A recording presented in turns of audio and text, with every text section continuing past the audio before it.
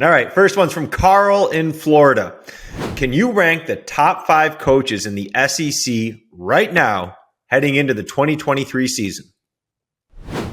I can, yeah. And I think that 1 and 2 are somewhat interchangeable depending on where you're at. Like if you're looking at it, quote, right now, understandable that you might have Kirby Smart at number 1. I, for one, am still going to have Nick Saban at number 1. Not because, I think he's necessarily better, but it's hard to ignore 7 national championships, consistently getting his team to play at a pretty high level. Last year was met with certain challenges, the year before that as well. But either way, I mean, he still has his team within striking distance every single year and has since 2008. So it'd be difficult, I think, for me to not have Nick Saban at number 1. Kirby Smart would be 2, though. And that is a closer margin than probably ever before. That margin used to be significant. It was Nick Saban than everybody else. I think Kirby Smart has now joined the fray at the top of the college football world, and he doesn't take a back seat to anybody else not named the GOAT, Nick Saban. Number 3, I have Brian Kelly at LSU. Now, some people might feel differently about this, but I had them 6 times last year. All right. Saw their team in week 1, saw their team in week 13. I bookended the regular season with calls of LSU games. And to see how much that team improved throughout the course of the season was remarkable. Look, he had 2 freshman tackles. He had a defender, arguably his best defender was a true freshman. He had a receiver that was a headache the entire season.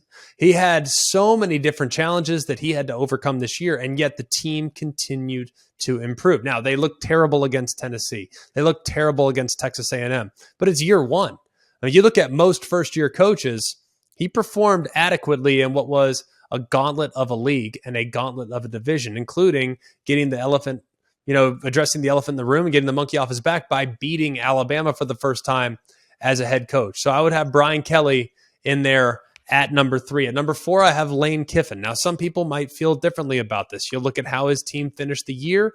You're going to say, hey, that is not reflective of where you want them to be. But look at what Ole Miss lost off of the 2021 team.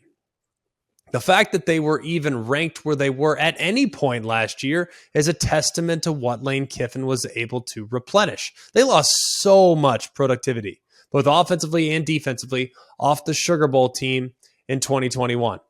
They did an adequate job. I wouldn't say it was a flawless job, but they did an adequate job of putting those pieces together and I think putting forth a fairly good product. I think Lane's a really good recruiter. He's great in the portal. And I also think Lane probably is able to replenish his roster as well as just about anybody that isn't at some destination school. Look at Ohio State. You can replenish the roster easier than you can at Ole Miss. At Florida, you can replenish the roster easier than you can at Ole Miss. But Lane, being who he is and how he's had access to the portal, I think I would have him in there right now at number 4, but nipping at his heels, I would have number 5, Josh Heupel. I think Josh Heupel, after last year, did a great job. But like Lane Kiffin, it's one thing to break through. It's another thing to sustain. But I am cautiously optimistic that he's going to be able to sustain into the upcoming season. You look at what they bring back. Yes, they have to replace a quarterback. Yes, they have to replace a wide receiver. They have to replace some pieces on defense. But if you look at what Tennessee brings back, they should be in the mix. I'm not saying to win the SEC East, but they should be at worst number 2 in the SEC East. And I don't remember the last time Tennessee had preseason expectations like that.